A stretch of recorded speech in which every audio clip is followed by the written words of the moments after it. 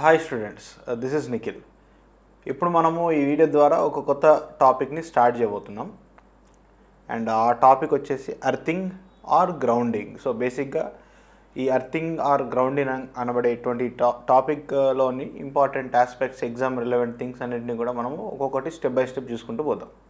So earthing or grounding అని నేను video title అనేది ఇవ్వడం జరిగింది. బట్ బేసిక్గా అసలు అర్థింగ్ అండ్ గ్రౌండింగ్ అని ఈ రెండు రకాల వర్డ్స్ని మనం తరచుగా వింటూ ఉంటాం.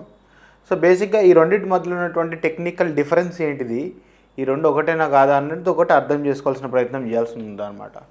సో ఫస్ట్ వన్ వచ్చేసి అర్థింగ్ చూద్దాం. సో అర్థింగ్ అంటే స్పెసిఫిక్గా నేను ఎప్పుడైనా అర్థింగ్ అన్నానంటే దాన్ని ఎక్విప్మెంట్ అర్థింగ్ అని అంటున్నట్టు మీనింగ్ అనమాట. సో బేసిక్గా ఎక్విప్మెంట్ అర్థింగ్ అంటే ఏంటంటే connecting non current carrying metal parts of an electrical equipment to earth. అంటే ఇప్పుడు ఎలక్ట్రికల్ ఎక్విప్మెంట్ అంటే ఏదైనా విద్యుత్ శక్తితో పనిచేసేటువంటి ఒక పరికరం ఏదైనా కావచ్చు, మన టీవీ కావచ్చు, ఒక ఐరన్ బాక్స్ కావచ్చు, కంప్యూటర్ కావచ్చు, ఏదైనా కావచ్చు. దాంట్లో non current carrying metal parts అంటే ఫర్ ఎగ్జాంపుల్ ఇప్పుడు ఒక ఐరన్ బాక్స్ ఉన్నది. ఐరన్ బాక్స్ మీద ఒక మెటల్ కేసింగ్ ఉంటుంది. కేసింగ్ మెటల్ అయి ఉండొచ్చు. సో బేసిక్గా ఆ మెటల్ అనేది బయట మనం ఎందుకు ప్రొవైడ్ చేసినాం, ఒక ఐరన్ కేసింగ్ ఉండొచ్చు ఫర్ ఎగ్జాంపుల్. అది ఎందుకు ప్రొవైడ్ చేయడం జరిగింది, ఎందుకనంటే జస్ట్ లోపల ఉన్నటువంటి సామాన్ని, పార్ట్స్ని కాపాడడానికి, సర్క్యూట్స్ని మెకానికల్ కంటే కొంచెం స్ట్రాంగ్ ఉంటుంది. మెకానికల్ పాయింట్ ఆఫ్ వ్యూలో మనం డిజైన్ చేయడం జరుగుతుంది దాన్ని.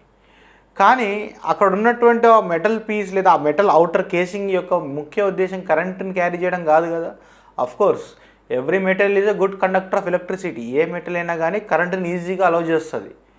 కానీ అక్కడ ఉన్నటువంటి ఆ పర్టిక్యులర్ పార్ట్ అనేది, మెటల్ పార్ట్ అనేది కరెంట్ క్యారీ చేయడానికి కోసం పెట్టింది కాదు, జస్ట్ ఎక్స్టర్నల్ ప్రొటెక్షన్ కోసం మనం పెట్టడం జరిగింది.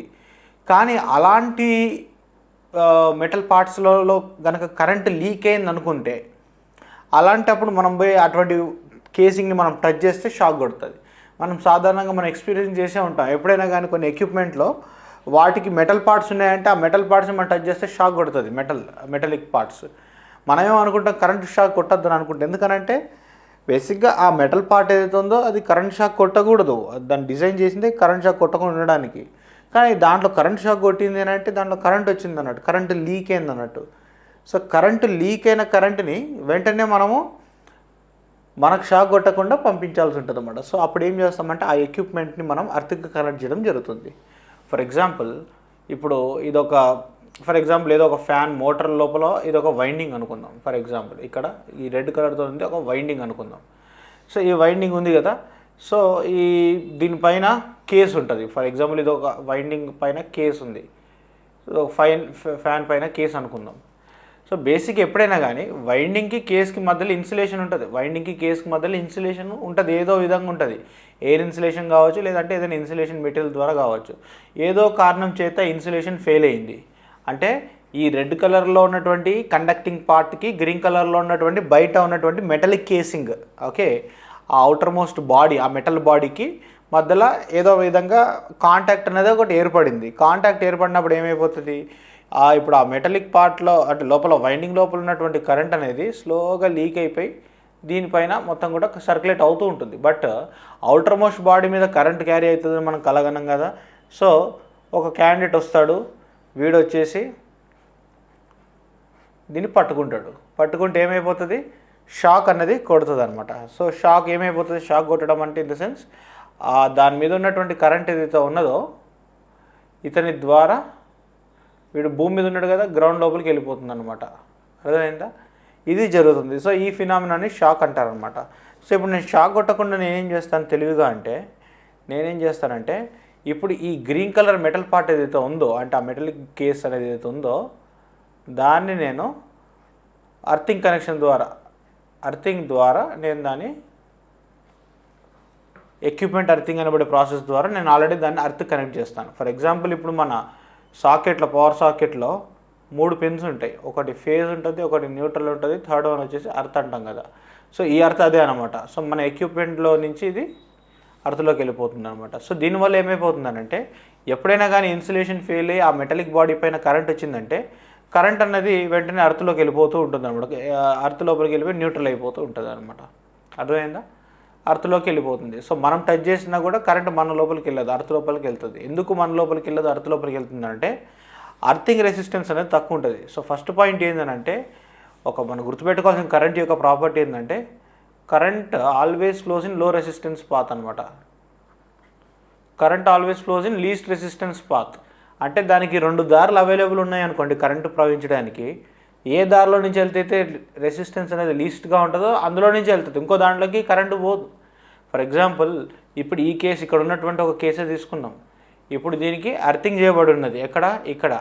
సో మెటల్ కేసింగ్ నుంచి అంటే ఆ బాడీ నుంచి అర్త్కి కనెక్షన్ ఆల్రెడీ ఇవ్వబడి ఉన్నది. ఇప్పుడు నేను వచ్చి పట్టుకున్నాను ఇక్కడ నేను వచ్చి పట్టుకున్నాను. సో ఇప్పుడు కరెంట్ అనేది అర్త్కి వెళ్ళడానికి ట్రై చేస్తుంది, ఎందుకంటే అర్త్ పొటెన్షియల్ 0 కాబట్టి ఏ కరెంట్ అయినా అర్త్కే పోవాలని ట్రై చేస్తుంది. సో ఇప్పుడు కరెంటు వెళ్ళడానికి ఈ అర్థింగ్ ద్వారా ఇదొక మార్గం ఉంది. నెంబర్ 1 మన బాడీ ద్వారా అర్త్లోకి వెళ్ళడానికి ఒక దారి ఉన్నది. నెంబర్ 2 ఉందన్నమాట. సో ఇప్పుడు మనకి కరెంట్ షాక్ ఎందుకు కొట్టదు అని అంటే ఇప్పుడు చెప్పినటువంటి property current always flows in least resistance path. అంటే హ్యూమన్ బాడీ ద్వారా వెళ్ళిన దానికంటే డైరెక్ట్ అర్థింగ్ వైరింగ్లో నుంచి గ్రౌండ్లోకి వెళ్ళిపోవడమే దానికి లీస్ట్ రెసిస్టెన్స్ అనమాట. ఎందుకలా అంటే ఫస్ట్ దీనికి మనకి హ్యూమన్ బాడీ యొక్క రెసిస్టెన్స్ ఎంతనో తెలుసుకోవాలి. సో హ్యూమన్ బాడీ రెసిస్టెన్స్ ఎంత అంటే మనకి డ్రై రెసిస్టెన్స్, వెట్ రెసిస్టెన్స్ అని 2 రకాలుగా ఉంటుంది. బట్ యావరేజ్గా IEEE స్టాండర్డ్ ప్రకారము యావరేజ్గా 1 కిలో ఓం అంటే 1000 ఓమ్స్ 1000 ఓమ్స్ 1 కిలో ఓం అన్న 1000 ఓమ్స్ అన్న ఒకటే. సో యావరేజ్గా హ్యూమన్ బాడీ యొక్క రెసిస్టెన్స్ ఎంత ఉంటుంది, 1000 ఓమ్స్ ఉంటుంది. కానీ మన ఇంట్లో యూజ్ చేసేటువంటి ఇప్పుడు వైరింగ్ ఉంది కదా, అంటే ఏంటిది ఈ ఎక్విప్మెంట్ దగ్గర నుంచి ఈ అర్థింగ్ వైరింగ్ ఉంది కదా, ప్రతి ఇంట్లో అర్థింగ్ చేస్తారు కదా, ఆ అర్థింగ్కి ఎంత ఉంటుంది తెలుసా మీకు రెసిస్టెన్స్? మహా అయితే 10 ఓమ్స్ కంటే ఎక్కువ ఉండదు. అది మరీ వర్స్ట్గా ఉంటే అర్థింగ్ కరెక్ట్గా దాన్ని అర్థింగ్ వేయకుండా దాన్ని మెయింటైన్ చేయకుంటే 20 ఓమ్స్ వరకు పోతుందేమో, కానీ 1000 ఓమ్స్ వరకు అయితే రాదు కదా. సో ఇప్పుడు ఆ కరెంట్కి 1000 ఓమ్స్ పాత్ ఒకటి ఉంది, 10 ఓమ్స్ పాత్ ఉన్నది. ఎక్కడ పోతుంది? ఆబ్వియస్లీ 10 ఓమ్స్లో నుంచే కరెంట్ అనేది గ్రౌండ్లోకి వెళ్ళిపోతుంది. సో బేసిక్గా దట్ ఈస్ అర్థింగ్ అనమాట, ఎక్విప్మెంట్ అర్థింగ్ అని అంటారు. లేదా దీనికి ఇంకొక పేరు కూడా ఉంది, సేఫ్టీ అర్థింగ్ అని కూడా అంటారనమాట. Next grounding. So earthing and grounding బేసిక్గా 2 ఒకటే అన్నట్టుగా వింటుంటాం, కానీ బేసిక్గా రెండింటి యొక్క ప్రాసెస్ ఒకటే. ఏదైనా ఒక ఎలక్ట్రికల్ సిస్టంలో నుంచి ఒక పార్ట్ని తీసుకొచ్చి అర్త్కి కనెక్ట్ చేయడమే అర్థింగ్ ఆర్ గ్రౌండింగ్, 2 ఒకటే. కానీ ఏ ఇంటెన్షన్తో చేస్తున్నాం, ఏ పర్పస్తో చేస్తున్నాం అనేది దాని యొక్క డిఫరెన్స్ ఉంటుంది. సో అర్థింగ్ అంటే మనం చెప్పినాం ఎక్విప్మెంట్ అర్థింగ్, ప్యూర్గా ఒక ఎక్విప్మెంట్కి చేసేటువంటి అర్థింగ్నే అర్థింగ్ అని అంటారు. నెక్స్ట్ గ్రౌండింగ్, న్యూట్రల్ గ్రౌండింగ్ లేదా సిస్టమ్ అర్థింగ్ అని కూడా అనొచ్చు అనమాట. సో దాని మీనింగ్ ఏంటంటే neutral points in the power system to the earth. ఒక పవర్ సిస్టంలోని న్యూట్రల్ పాయింట్స్ అంటే మనకి బేసిక్గా న్యూట్రల్ ఎక్కడ దొరుకుతుంది బాబు? న్యూట్రల్ ఎక్కడ దొరుకుతుంది అంటే ఇప్పుడు స్టార్ కనెక్షన్ ఉంటుంది, స్టార్ కనెక్షన్లో ఏముంటుంది? న్యూట్రల్ ఉంటుంది. సో ఆ న్యూట్రల్ని తీసుకుపోయి గ్రౌండ్ కనెక్ట్ చేయడం. సో బేసిక్గా మనకి స్టార్ కనెక్షన్స్ పవర్ సిస్టమ్లో ఎక్కడ ఉంటుంది? స్టార్టింగ్ ఫ్రమ్ ద జనరేషన్, మన జనరేటర్ ఉన్నదే స్టార్ కనెక్షన్, అండ్ మధ్యలో డిఫరెంట్ ట్రాన్స్ఫార్మర్స్ కూడా అక్కడక్కడ స్టార్ కనెక్షన్లో ఉంటాయి. అండ్ లాస్ట్కి మన ఇంటి దగ్గర ఉండేటువంటి డిస్ట్రిబ్యూషన్ ట్రాన్స్ఫార్మర్స్ కూడా సెకండరీ సైడ్ ఉండేది మనకి స్టార్ కనెక్షన్ ఉంటుంది కాబట్టి అక్కడ న్యూట్రల్ ఉంటుంది. సో ఈ న్యూట్రల్ పాయింట్స్ అన్నిటిని గ్రౌండింగ్ చేస్తూ మెయింటైన్ చేయాలన్నమాట ప్రాపర్గా. సో ఎందుకు న్యూట్రల్ పాయింట్స్ అన్నిటిని ప్రాపర్గా గ్రౌండింగ్ చేస్తూ మెయింటైన్ చేయాలంటే ఆల్రెడీ మనము 3 ఫేజ్ ఏసీ నెట్వర్క్స్ చాప్టర్లో మనం తెలుసుకొని ఉన్నాం. ఏమని? ఇప్పుడు 3 ఫేజ్ సిస్టంలో మనం ఏమని RYB 3 ఫేజ్లు కదా, బ్యాలెన్స్డ్ సిస్టమ్ ఉంటుంది, అన్బ్యాలెన్స్డ్ సిస్టమ్ అని మనకి 2 రకాలుగా సిస్టమ్స్ని మనం స్టడీ చేస్తాం. బ్యాలెన్స్డ్ సిస్టమ్ అంటే ఎప్పుడైతే ఆ 3 ఫేజెస్లోని కరెంట్ సేమ్గా ఉందంటే అప్పుడు బ్యాలెన్స్డ్ సిస్టమ్ అంటాం, లేదంటే అన్బ్యాలెన్స్డ్ సిస్టమ్ అని అంటారు. సో ఇట్లా బ్యాలెన్స్ వచ్చినప్పుడు న్యూట్రల్లో నుంచి కరెంట్ అనేది ప్రవహిస్తుంది. సో మనకు అందుకే న్యూట్రల్ని గ్రౌండింగ్ ప్రొవైడ్ చేయాల్సి ఉంటుంది అనమాట. బట్ ఒకవేళ న్యూట్రల్ కనుక మనం గ్రౌండింగ్ చేయలేదనుకోండి, ఇంబ్యాలెన్స్ వచ్చింది. ఇప్పుడు ఆ ఇంబ్యాలెన్స్ వల్ల న్యూట్రల్ ప్రొవైడ్ చేయకపోవడం వల్ల ప్రాబ్లం ఏమవుతుందనంటే వేరే ఫేజెస్లో అంటే మామూలుగా ఉన్నటువంటి ఫేజెస్లో వోల్టేజ్ అనేది పెరుగుతుంది. వోల్టేజ్ పెరిగి ఎక్విప్మెంట్ డ్యామేజ్ అవుతుంది, అంటే హై వోల్టేజ్ సర్జెస్ వస్తాయి అన్నమాట. అందుకనే సాధారణంగా మీరు ఎక్స్పీరియన్స్ చేసే ఉంటారు రెగ్యులర్గా, మన ఏదైనా విలేజెస్లో కానీ ఇంటి దగ్గర కానీ సాధారణంగా హై వోల్టేజ్ ప్రాబ్లం వస్తుంటుంది. కొన్ని ఏరియాస్లో హై వోల్టేజ్ ప్రాబ్లం వచ్చేసి చాలామంది టీవీలు, ఫ్రిడ్జ్లు కానీ ఇవన్నీ వైండింగ్ కాలిపోవడం ఎక్సెట్రా ప్రాబ్లం అనేది వస్తుంటుంది, ఎక్విప్మెంట్ ఫెయిల్ అయిపోవడం. ఎందుకనంటే బేసిక్గా అక్కడ ఉన్నటువంటి లోకల్ ట్రాన్స్ఫార్మర్ ఏదైతే ఉందో దాని యొక్క అర్థింగ్ ఇన్ ద సెన్స్ దాని న్యూట్రల్ని అర్థింగ్ చేస్తారు. అక్కడ న్యూట్రల్ గ్రౌండింగ్ అంటారు దాన్ని. ఇప్పుడు చెప్పినటువంటి న్యూట్రల్ గ్రౌండింగ్, ఆ న్యూట్రల్ గ్రౌండింగ్ ప్రాపర్గా లేకపోవడం వల్ల ఏమవుతుందనంటే పవర్ సిస్టమ్ మీదే ఎప్పుడు 3 ఫేజెస్ ఈక్వల్ కరెంట్ రాదు. ఇంబ్యాలెన్స్ ఖచ్చితంగా ఉంటుంది. ఇంబ్యాలెన్స్ ఏంటంటే 3 ఫేజెస్లో జరుగుతున్నటువంటి ఇంబ్యాలెన్స్ని కంపెన్సేట్ చేయడానికి న్యూట్రల్లో కొత్త కరెంట్ అనేది అరైజ్ అవుతుంది. ఆ కరెంట్ అనేది కంటిన్యూటీ మెయింటైన్ చేసే విధంగా చూసుకోవాలి, అంటే గ్రౌండ్ లోపలికి వెళ్ళే విధంగా చూసుకోవాలి. దాంట్లో అబ్స్ట్రక్షన్ కలిగిందంటే మనకి హెల్దీగా నార్మల్గా ఉన్నటువంటి ఫేజెస్లో వోల్టేజ్ అనేది రైజ్ అవుతుంటుంది. అండ్ అదొకటే కాదు, డిఫరెంట్ టైప్ ఆఫ్ ప్రాబ్లమ్స్ వస్తుంటాయి పవర్ సిస్టమ్ స్టెబిలిటీకే. పవర్ సిస్టమ్ స్టెబిలిటీకే మనకి ముప్పు ఉంటుంది అనమాట. అంటే ఇప్పుడు నేను చెప్పిన ఎగ్జాంపుల్స్ అన్ని డిస్ట్రిబ్యూషన్ లెవెల్లో చెప్పాను, కానీ ఒక ట్రాన్స్మిషన్ లెవెల్లో చూసుకుంటే మాత్రం that will become a very serious issue అనమాట. మనకి పవర్ స్వింగ్స్ రావడము, ఆర్కింగ్ గ్రౌండ్స్ ఫినామినా, అట్లా డిఫరెంట్ టైప్ ఆఫ్ ప్రాబ్లమ్స్ ఉంటాయి అనమాట. వాటి గురించి మనకి ప్రొటెక్షన్లో సపరేట్గా న్యూట్రల్ గ్రౌండింగ్ అని ఒక చాప్టర్ వస్తుంది, దాంట్లో మనం డిస్కస్ చేస్తాం ఎనీహౌ. బట్ ఇప్పుడు ఏంటంటే బేసిక్ ఐడియా ఉండాలి న్యూట్రల్ గ్రౌండింగ్కి నార్మల్ అర్థింగ్కి, ఎక్విప్మెంట్ అర్థింగ్కి డిఫరెన్స్ ఏందనేది. సో బేసిక్గా ఇప్పుడు మన డిస్కషన్ అంతా కూడా ఎక్విప్మెంట్ అర్థింగ్ గురించే మనం చేస్తాం. సో బేసిక్గా ఇప్పుడు ఎక్విప్మెంట్ అర్థింగ్ చేయాల్సిన అవసరం ఏముంది, ఎందుకు ఎక్విప్మెంట్ని ప్రొటెక్ట్ చేయడానికి అని చెప్పేసి ఫస్ట్ ఒక ఆన్సర్ ఇవ్వడానికి ఛాన్స్ ఉంది మీరు. బట్ బేసిక్గా ఎక్విప్మెంట్ ప్రొటెక్షన్ అనేది సెకండ్ ప్రయారిటీ. ఫస్ట్ ప్రయారిటీ వచ్చేసి పర్సనల్ ప్రొటెక్షన్ అంటే ఆ ఎక్విప్మెంట్ని ఆపరేట్ చేసేటువంటి ఆ యూజర్ నేను కావచ్చు, లేకపోతే ఒక సబ్స్టేషన్ అయితే ఒక ఎలక్ట్రిక్ సబ్స్టేషన్ పాయింట్ ఆఫ్ వ్యూలో మాట్లాడితే ఆ సబ్స్టేషన్ ఆపరేటర్ కావచ్చు. ఇప్పుడు సబ్స్టేషన్స్ కూడా మీరు చూసారు, ట్రాన్స్ఫార్మర్స్ ఉంటాయి, సర్క్యూట్ బ్రేకర్స్ ఉంటాయి, అవన్నీ అవుటర్ బాడీ అంతా మీకు ఏమైనా ప్లాస్టిక్తో తయారు చేస్తారా, లేదు మెటల్తో తయారు చేస్తారు. మెటల్ అంటే మరి దానిలో నుంచి కరెంటు ఫ్లో కాకూడదు. మనం మెటల్ ఎందుకు ఇచ్చినాం, స్ట్రాంగ్ ఉండాలి, లైఫ్ ఉండాలి, బాడీ గట్టిగా ఉండాలి అన్న పాయింట్ ఆఫ్ వ్యూలో మెటల్ ఇచ్చినాం. కానీ మనకు మెటల్ అనేది కరెంటుని క్యారీ చేయకూడదు. మెటల్ కరెంట్ క్యారీ చేసిందంటే మనకి ప్రాబ్లం అయిపోతుంది. అక్కడ ఉన్నటువంటి ఆపరేటర్ దాన్ని టచ్ చేస్తే వాడికి షాక్ కొడుతుంది. సో ఫస్ట్ ప్రయారిటీ వచ్చేసి ఏంటంటే పర్సనల్ ప్రొటెక్షన్, ఆ తర్వాతనే ఎక్విప్మెంట్ ప్రొటెక్షన్ అనమాట. ఫస్ట్ ఆపరేట్ చేసేటువంటి మనిషి ప్రాణం అనేది సేఫ్గా ఉండాలి, ఆ తర్వాతనే ఎక్విప్మెంట్ ప్రొటెక్షన్ పాయింట్ ఆఫ్ వ్యూలో చూస్తామన్నమాట. సో ఎక్విప్మెంట్ని ఎందుకు ప్రొటెక్ట్ చేయాలంటే దిస్ ఈజ్ ఆబ్వియస్. ఏంటిది అని అంటే ఇప్పుడు ఒక మాట చెప్పాను, హ్యూమన్ బాడీలో బ్లడ్ వెజిల్స్ ఎట్లనో, రక్తనాళాలు ఎట్లనో, ఎలక్ట్రికల్ ఎక్విప్మెంట్లో సర్క్యూట్స్లో ఇన్సులేషన్ అట్లా. ఎప్పుడైతే ఇన్సులేషన్ ఫెయిల్ అయిందో, ఎప్పుడైతే మన బ్లడ్ వెజిల్స్ ఫెయిల్ అవుతుందో ఏమైపోతుంది, ఇది పంక్చర్ అయిపోతే బ్లడ్ అంతా బాడీ లోపలికి లీక్ అయిపోతుంది, బ్లడ్ తగ్గిపోతుంది, చచ్చిపోతాం. అదేవిధంగా ఎప్పుడైనా కానీ ఒక ఎలక్ట్రికల్ సిస్టంలో, ఒక అపారటస్లో ఇన్సులేషన్ బ్రేక్ డౌన్ అయితే, ఇన్సులేషన్ ఫెయిల్ అయిపోయింది అంటే మెషిన్ ఈజ్ ఫెయిల్యూర్. సో ఇక్కడ మనకి ఆల్రెడీ మనం డిస్కస్ చేసిన దాని ప్రకారము ఇన్సులేషన్ అనేది కాంప్రమైజ్ అయినప్పుడే మనకి ఆ బాడీ ఫ్రేమ్ మీదకి కానీ బయటికి కానీ మనకి కరెంట్ అనేది లీక్ అవ్వడానికి దొరుకుతుంది, షాక్ కొట్టేది జరుగుతుంది. సో ఎక్విప్మెంట్ని ప్రొటెక్ట్ చేయాల్సిన అవసరం ఉంటుంది. సో దానికోసము మనము అర్థింగ్ ప్రొవైడ్ చేయాలి. నెక్స్ట్ ఇంకోటి ఏంటంటే, సార్ ఇప్పుడు అర్థింగ్ చేసినంత మాత్రాన ఎక్విప్మెంట్కి ప్రొటెక్షన్ ఎట్లా వస్తుంది సార్? ఎక్విప్మెంట్కి ప్రొటెక్షన్ ఎట్లా వస్తుంది అని అంటే, అర్థింగ్ చేసినంత మాత్రాన మనం ఏం చేస్తామంటే, ఇప్పుడు నేను ఆ ఎక్విప్మెంట్ అని చెప్పడం జరిగింది కదా, దీని నుంచి మనము అర్థింగ్ కనెక్షన్ ఇస్తున్నాం. సో ఈ ప్రాసెస్లో ఏంటంటే ఇక్కడ ఒక రిలే పెడతారన్నమాట. దీన్ని ఏమంటారంటే ఈఎల్సీబీస్ అని అంటారన్నమాట. అర్త్ లీకేజ్ సర్క్యూట్ బ్రేకర్స్ అని కూడా అంటారనమాట. అర్త్ లీకేజ్ సర్క్యూట్ బ్రేకర్స్ అని అంటే ఎప్పుడైనా కానీ అర్థింగ్లో నుంచి కరెంటు ఫ్లో అవుతున్నట్టుగా ఆ పలానా రిలే, ఆ సెన్సర్ ఏదైతే ఉందో డిటెక్ట్ చేసింది అని అంటే అది మెయిన్ సర్క్యూట్ని, మెయిన్ ఎంసీబీని ట్రిప్ చేస్తుంది అనమాట. అలా చేస్తే ఏమవుతుందంటే అప్పుడు మనం ఫాల్ట్ రెక్టిఫై చేసుకోవచ్చు. ఎందుకు లీక్ అవుతుంది అర్త్ లోపలికి కరెంటు, ఇన్సులేషన్ ఫెయిల్ అయింది అని మనకు ఒక ఇండికేషన్ వస్తుంది అనమాట. సో బేసిక్గా అర్థింగ్ పెట్టుకోవడం వల్ల మనం ఈఎల్సీబీస్ని కూడా పెట్టుకోవడానికి స్కోప్ ఉంటుంది అనమాట. సో సాధారణంగా ఇప్పుడు మనం రెగ్యులర్గా చూసుకుంటే ఈఎల్సీబీస్ యూస్ తక్కువ ఉంటుంది. జనరల్ కమర్షియల్ బిల్డింగ్స్లో ఎక్కువ యూజ్ చేస్తుంటారు. బట్ స్టిల్ హౌస్ వైరింగ్స్లో కూడా మనం ప్రిఫర్ చేయొచ్చు. We can try to inculcate or connect use ELCBs in our circuits, right.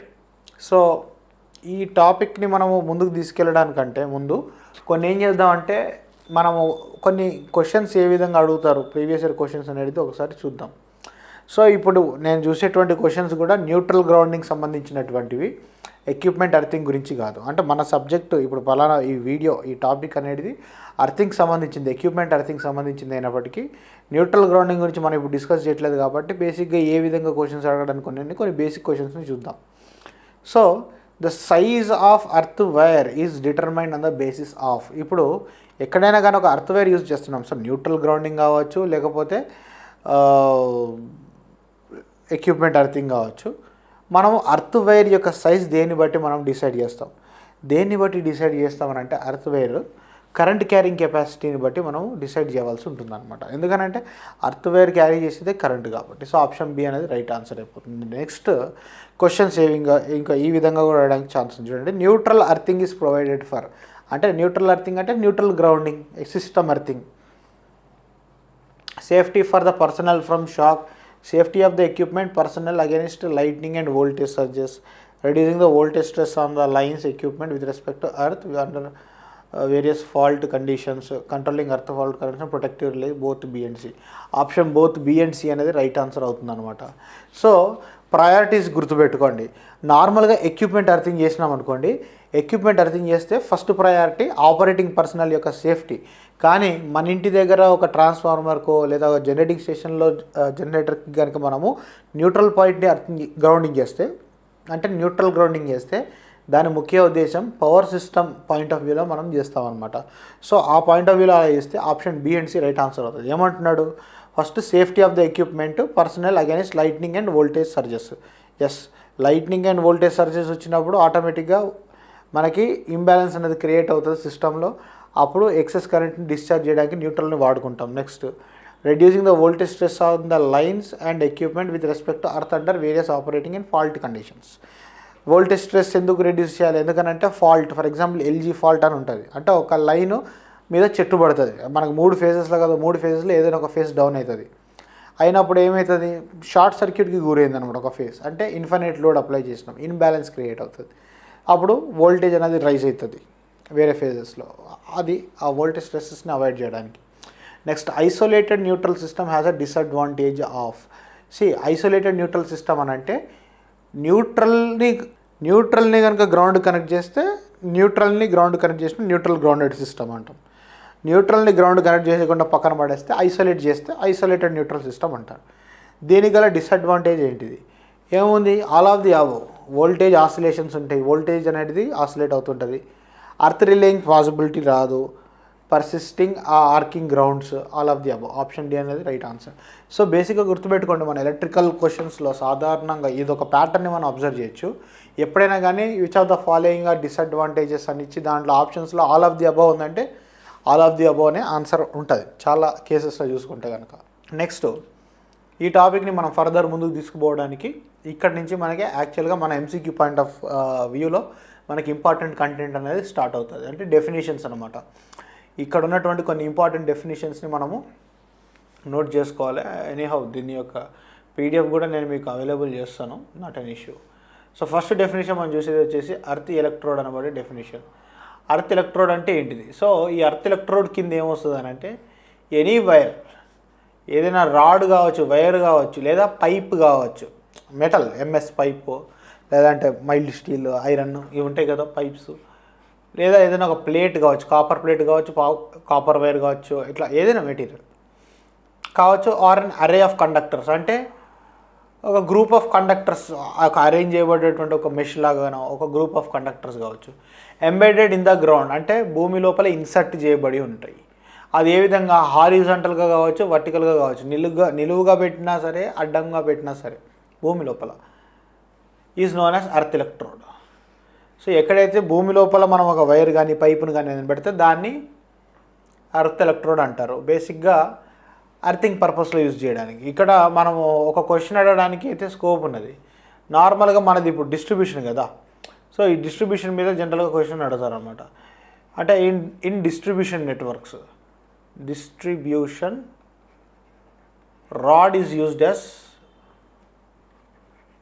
Earthing electrode. అంటే వైడ్లీ యూజ్డ్ అనమాట. అంటే అంతటా రాడ్ యూజ్ చేస్తారని ఏం లేదు, కానీ ఎక్కువ శాతం rod is used as earthing electrode and is inserted vertically into the ground for depth of 1 metre. అంటే ఈ అర్థింగ్ ఎలక్ట్రోడ్ ఏదైతే ఉందో ఒక రాడ్ని యూజ్ చేస్తాం డిస్ట్రిబ్యూషన్ సిస్టంలో, దాన్ని నిలువుగా అర్త్లోకి ఇన్సర్ట్ చేస్తాం, ఒక 1 మీటర్ డెప్త్ వరకు ఇన్సర్ట్ చేస్తాం అనమాట. సో ఈ క్వశ్చన్లో మనం ఈ పలానా స్టేట్మెంట్లో గుర్తుపెట్టుకోదగినటువంటి ఇంపార్టెంట్ పాయింట్స్ ఏంటంటే, డిస్ట్రిబ్యూషన్ నెట్వర్క్లో డిస్ట్రిబ్యూషన్ సైడ్లో రాడ్ని అర్త్ ఎలక్ట్రోడ్ కింద వాడతారు, వర్టికల్గా ఇన్సర్ట్ చేస్తారు, డెప్త్ ఆఫ్ 1 మీటర్ డెప్త్. ఇవి ఇంపార్టెంట్ పాయింట్స్. నెక్స్ట్ ఇంకొక డెఫినేషన్ ఏంటంటే రెసిస్టెన్స్ టు అర్త్ లేదా అర్త్ రెసిస్టెన్స్ అనబడేటువంటి definition. Resistance offered by the earth electrode to the flow of current into the ground is known as resistance to the earth. So బేసిక్గా ఇప్పుడు earth electrode ద్వారా current అనేది అర్త్లోకి ప్రవహిస్తుంది. ఆ ప్రాసెస్లో కరెంట్కి వస్తున్నటువంటి రెసిస్టెన్స్ ఎంత. సో ఆ అర్త్ రెసిస్టెన్స్ ఎంత లో ఉంటే అంత మంచిది అనమాట. సో ఇంకొక పాయింట్ కూడా రాసుకోవచ్చు ఇక్కడ. Good earthing should have least earth resistance. మనం ఇప్పటిదాకానే చెప్పినాం, కరెంట్ అనేది ఎక్కడైతే తక్కువ రెసిస్టెన్స్ ఉంటుందో అక్కడి నుంచి వెళ్తుంది. సో మనం అర్థింగ్ చేస్తున్నామని అంటే ఖచ్చితంగా లీస్ట్గా ఉండాలి రెసిస్టెన్స్. సో ఇక్కడ ఒక 4 ఏరియాస్ ఉన్నాయన్నమాట. లార్జ్ పవర్ స్టేషన్స్, పెద్ద పవర్ స్టేషన్స్లో ఎంత మెయింటైన్ చేస్తారని అంటే 0.5 ohms మ్యాక్సిమం అంత మెయింటైన్ చేస్తారు, అంతకంటే తక్కువనే ఉంటుంది. మేజర్ పవర్ స్టేషన్స్లో 1 ohm యూజ్ చేస్తారు. సబ్ స్టేషన్స్లో జనరల్గా small sub stations like that 2 ohms. In all other cases industries కావచ్చు, పెట్రోల్ బంక్స్ కావచ్చు, ఇంట్లలో కావచ్చు 8 ohms మించి అయితే ఉండకూడదు. ఇది మ్యాక్సిమం లిమిట్ అనమాట అర్త్ రెసిస్టెన్స్ మెయింటైన్ చేయడం. మరి అర్త్ రెసిస్టెన్స్ ప్రాపర్గా మెయింటైన్ చేయాలంటే ఏం చేయాలి సార్? ఏం చేయాలంటే ఇప్పుడు ఎక్కడైతే అర్థింగ్ మనం డిగ్ చేసి పెడతామో అక్కడ ఉన్నటువంటి టైప్ ఆఫ్ అర్థింగ్ మంచిగా కోల్ కానీ ఉప్పు ఇవన్నీ వేసి మనం అర్థింగ్ చేస్తాం కదా, అది ఉండాలి. రెగ్యులర్గా అర్త్ పిట్స్ ఏవైతే ఉంటాయో ఎక్కడైతే అర్త్ రాడ్ ఇన్సర్ట్ చేస్తామో అక్కడ వాటర్ పోయాలి. వాటర్ పోస్తుంటే మాయిశ్చర్ మెయింటైన్ అయ్యి మనకి అర్త్ రెసిస్టెన్స్ అనేది తగ్గుతుంది అనమాట. ఆ విధంగా మెయింటెనెన్స్ చేయాల్సి ఉంటుంది. నెక్స్ట్ అర్థింగ్ లీడ్ అనబడే డెఫినేషన్. అర్థింగ్ లీడ్ అంటే నథింగ్ బట్ ఎ వైర్, బేసిక్గా ఒక వైర్ అది, which connects the apparatus to be earthed to the earth electrode. అంటే ఫర్ ఎగ్జాంపుల్ మా ఇంట్లో సైన్స్ అపారటస్ ఇది ఉంది, ఏదో కంప్యూటర్ ఏదో ఉంది, దీన్ని నుంచి అర్థింగ్ బయటకు వచ్చింది.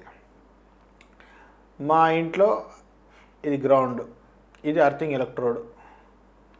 సో ఈ ఎలక్ట్రోడ్కి ఎక్విప్మెంట్కి మధ్యలో ఉన్నటువంటి ఈ లింక్ ఏదైతే ఉందో ఇదే అర్థింగ్ లీడ్. బేసిక్గా చెప్పాలంటే మన వైరింగ్లో, హౌస్ వైరింగ్లో అర్త్ వైరే అర్థింగ్ లీడ్ అనమాట. సో దీన్ని బేస్ చేసుకొని ఒక ప్రీవియస్ ఇయర్ క్వశ్చన్ చూడండి, SSG 2014లో ఏ విధంగా అడిగారు. The conductor by means of which the metal body of an equipment or an application is connected to the earth. అంటే metal body of an equipment or an appliance అర్త్కి connect చేయడానికి use చేసేటువంటి కండక్టర్ని ఏమని పిలుస్తారు? బేసిక్గా దీంట్లో మనం పెద్ద భయపడాల్సిన అవసరం ఏం లేదు. Very very simple logical question. అంటే మీరు స్పెసిఫిక్గా ఇది చదవకపోయినా కానీ అర్థింగ్ అంటే ఏంటో మీనింగ్ తెలిస్తే ఆన్సర్ చేయొచ్చు. చూడండి, first option A neutral continuity conductor, option B earth discontinuity conductor, C earth continuity conductor, neutral discontinuity conductor. Continuity conductor, discontinuity conductor. So బేసిక్గా డిస్కంటిన్యూటీ కండక్టర్ అనే పాయింటే అరైజ్ కాదు. డిస్కంటిన్యూటీ అంటే ఏంది? సర్క్యూట్ బ్రేక్ చేయడం, అంతే కదా. కంటిన్యూటీ అంటే వైర్ రన్ చేయడం అనమాట, సర్క్యూట్ క్లోజ్ అనమాట. ఒక సర్క్యూట్ని బ్రేక్ చేయడానికి మనం స్విచ్ వాడతాం కానీ కండక్టర్ని ఎందుకు వాడం? Circuit continuity. సో బేసిక్గా మనకి కంటిన్యూటీ కండక్టర్స్ ఉంటాయి. న్యూట్రల్ కంటిన్యూటీ కండక్టర్ కావాలి, అర్త్ కంటిన్యూటీ కండక్టర్ కావాలి. సో ఒక మెటల్ బాడీ ఆఫ్ ఎన్ ఎక్విప్మెంట్ని అర్త్కి కనెక్ట్ చేస్తున్నామంటే అది ఎక్విప్మెంట్ అర్థింగ్. సో బేసిక్గా మనం దాన్ని ఏమని చెప్పొచ్చు? అర్త్ కంటిన్యూటీ కండక్టర్ అంటే the conductor which continuously runs up to the earth. కంటిన్యూస్గా ఎక్విప్మెంట్ దగ్గర నుంచి అర్త్ వరకు కంటిన్యూస్గా రన్ అయ్యేటువంటి కండక్టర్ని అర్త్ కంటిన్యూటీ కండక్టర్ అని పిలవచ్చు కదా, which is nothing but our earthing లీడే. ఇప్పుడు అర్థింగ్ లీడ్కి ఇంకొక పేరు కూడా ఉంది, ఏంటది? ఇది ఇక్కడ ఆప్షన్ సిలో ఉంది కదా, this is the another name. Neutral continuity conductor ఎక్కడ వాడతారు మీరు చెప్పండి? న్యూట్రల్ కంటిన్యూటీ కండక్టర్ ఎక్కడ వాడాలి? న్యూట్రల్ గ్రౌండింగ్లో.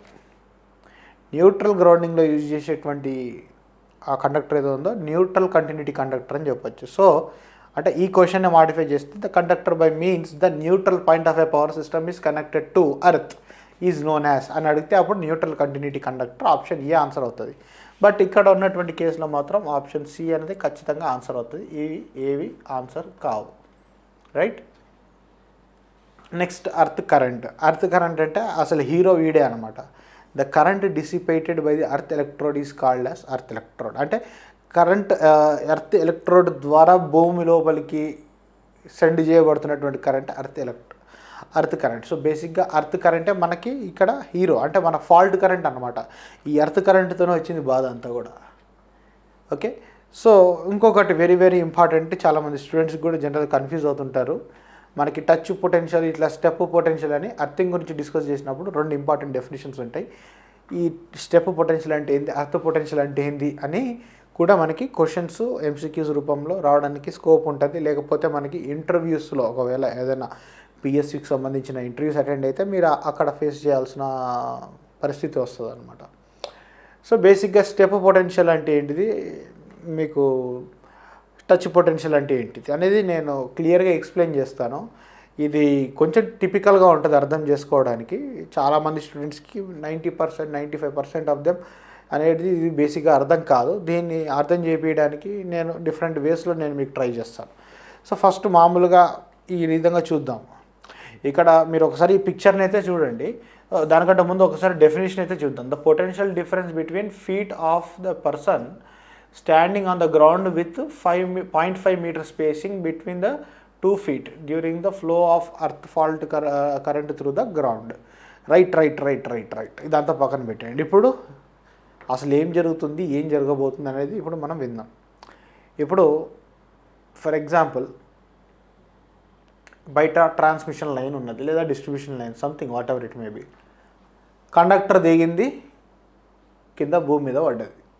కండక్టర్ దిగి కింద భూమి మీద పడ్డది. పడ్డప్పుడు ఏమవుతుంది, అది ఫాల్ట్ కిందికి వస్తుంది. Obviously fault. ఎందుకనంటే ఆ కరెంట్ అంతా కూడా డైరెక్ట్గా గ్రౌండ్కి కనెక్ట్ అయింది, అంటే షార్ట్ సర్క్యూట్ అయింది. షార్ట్ సర్క్యూట్ కరెంట్ అంతా ఎక్కడ పోతుంటుంది, గ్రౌండ్ లోపలికి వెళ్తుంటుంది. అఫ్కోర్స్ షార్ట్ సర్క్యూట్ కరెంటు అనేది గ్రౌండ్ లోపలికి వెళ్తుంది. ఎప్పుడైతే ఆ ఫాల్ట్ క్రియేట్ అవుతుందో ఆ షార్ట్ సర్క్యూట్ కరెంట్ యొక్క వాల్యూ చాలా హై ఉంటుంది కదా. సో అంత హై కరెంట్ వచ్చినప్పుడు సబ్స్టేషన్లో బ్రేకర్ ట్రిప్ అవుతుంది. ఇప్పుడు ఫర్ ఎగ్జాంపుల్ బ్రేకర్ అనేది ట్రిప్ కాలేదు అనుకుందాం. ఏమంటున్నా, బ్రేకర్ ట్రిప్ కాలేదు, ఏదో కారణం వల్ల బ్రేకర్ ఫెయిల్ అవడం వలన సబ్స్టేషన్ దగ్గర బ్రేకర్ ట్రిప్ కాలేదు. నా ఫాల్ట్ ఈజ్ బిన్ కంటిన్యూయింగ్, ఇప్పుడు కంటిన్యూస్గా ఫాల్ట్ అనేది ఉంది. సో ఫర్ ఎగ్జాంపుల్ ఇదే ఇక్కడ ఉన్నటువంటి కండక్టర్ ఏదైతే ఉందో ఇదే ఆ తెగిపడ్డ లైన్ అనుకుందాం. ఇది భూమి మీద పడింది. భూమి మీద పడ్డప్పుడు ఏమైపోతుంది, కరెంట్ అనేది భూమి ద్వారా వెళ్ళిపోతుంది. కరెంట్ ఎట్లా పోతుంది అని అంటే సింపుల్గా చెప్పాలంటే భూమి లోపల అర్త్ లోపల ఎప్పుడైతే అర్థింగ్ కరెంట్ అనేది పాస్ అవుతుందో, నాట్ జస్ట్ ఇప్పుడు నేను చెప్పినటువంటి ఏదో చెట్టు లైన్ తెగి భూమి మీద పడడం మాత్రమే కాదు, మన ఇంట్లో కూడా ఏమైనా ఫర్ ఎగ్జాంపుల్ అర్త్ లీకేజ్ అవుతుందనంటే అర్త్ లోపలికి కరెంటు పోతుంది కదా. పోయినప్పుడు భూమి లోపల ఏం జరుగుతుందనంటే సింపుల్గా చెప్పాలంటే ఎప్పుడైనా కానీ మనము ఒక కాముగా ఉన్నటువంటి నది, వాటర్, కొలను, pond, whatever it may be, దాంట్లో మనము రాళ్ళని డ్రాప్ చేస్తే ఏమవుతుంది, ఇట్లా సర్కిల్గా అలలు అన్నట్టు వస్తుంది కదా. ఫర్ ఎగ్జాంపుల్ ఇదంతా కూడా ఒక స్విమ్మింగ్ పూలో ఏదో ఒక కొలను అనుకుంటే ఇక్కడ మీరు రాళ్ళు పడేసారంటే ఏమైపోతుంది, ఇట్లా అన్ని డైరెక్షన్లో మీకు అలలు వస్తాయి కదా. అర్థమవుతుందా? సో అదేవిధంగా మనకి ఇక్కడ కూడా జరుగుతుంది అనమాట.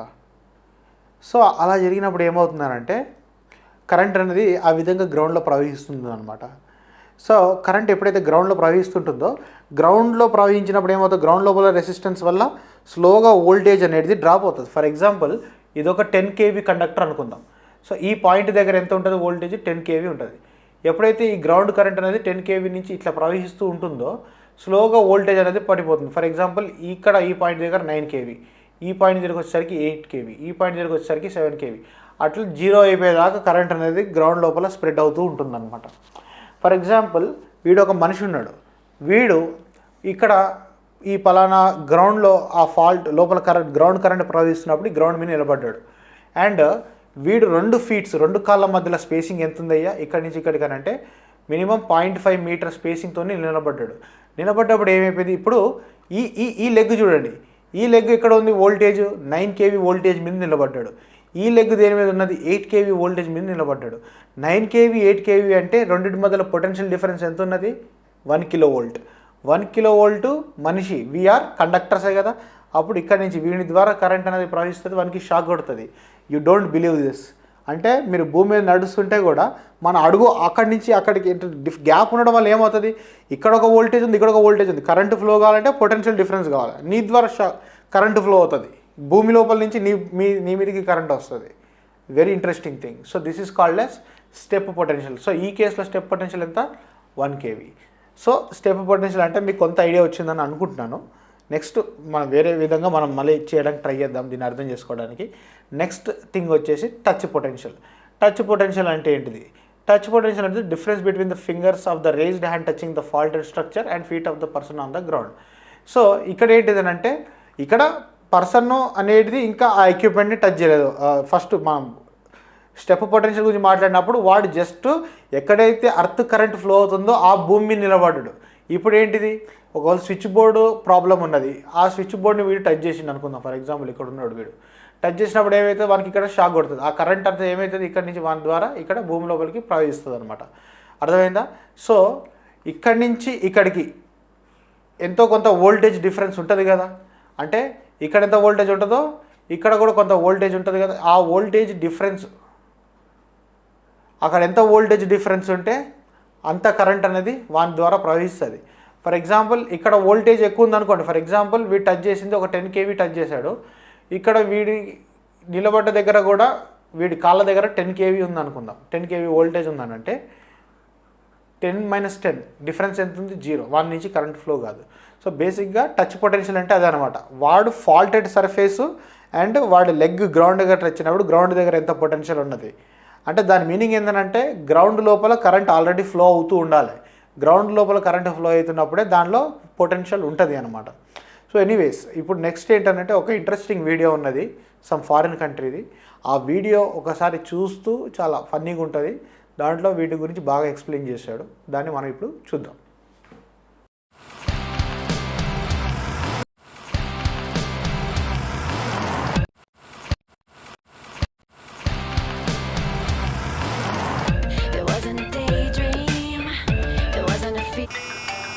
Hello? Sorry, my meeting ran late. I should be home in about a half an hour. I wanted to grab it. Sure, I can pick up dinner. What do you want? Hot and spicy. That's what I'm talking about. I will. I love you too.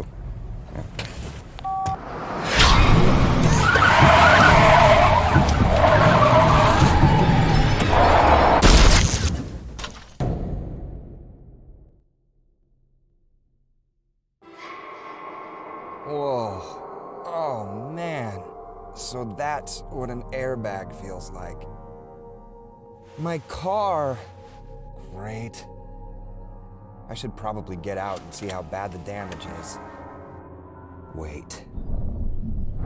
Are those telephone wires or power lines? Yeah, either way, they could be hot. So basically వాడు ఒక electric పోల్ని కుదరడం జరిగింది. ఆ electric pole నుంచి conductor వాడి car మీద పడ్డది. So ఇక్కడ ఉన్నటువంటి కేసులు ఏంటంటే వాడు కార్ మీద పడ్డప్పటికీ స్టేషన్లో సబ్ స్టేషన్లో ఇంకా బ్రేకర్ ట్రిప్ కాలేదు.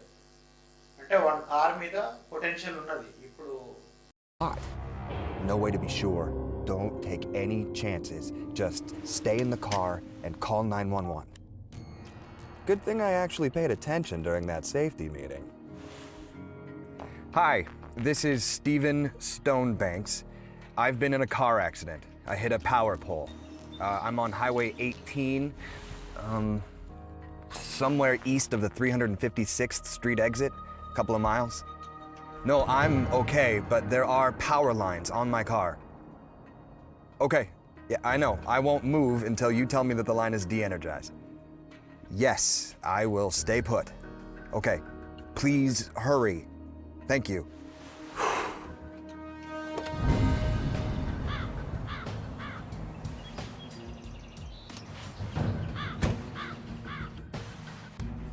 Honey?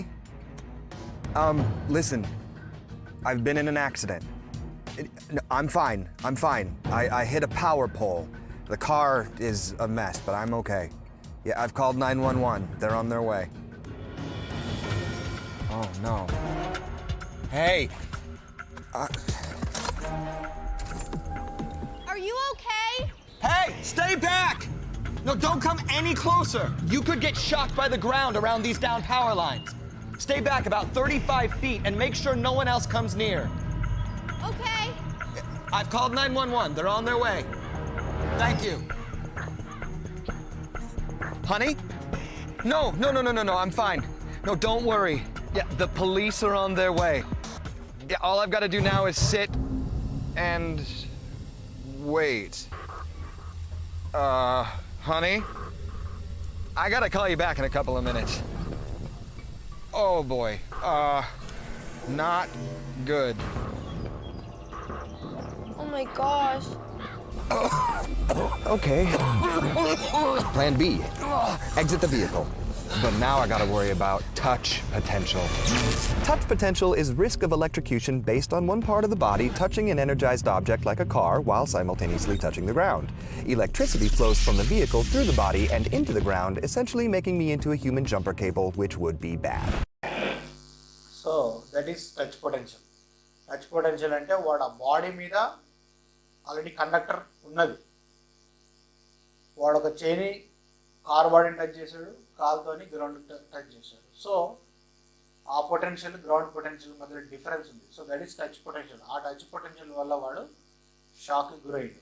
I gotta jump and land with both feet together.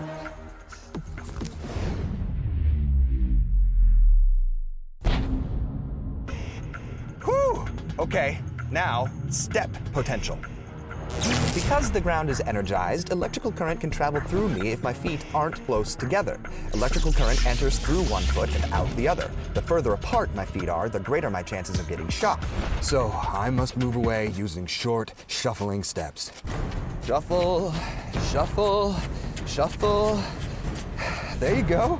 You got this, Steven. No large steps. Just keep on shuffling. Every day I'm shuffling. Oh. I'm sorry, I can't come to the phone right now. I'm busy trying to stay alive at the moment. Almost there.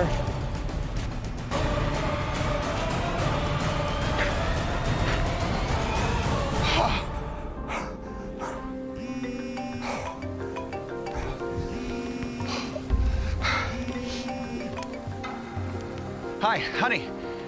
No, everything's okay. No, nobody got hurt today. Well, except the, Remember how we were talking about getting me a new car?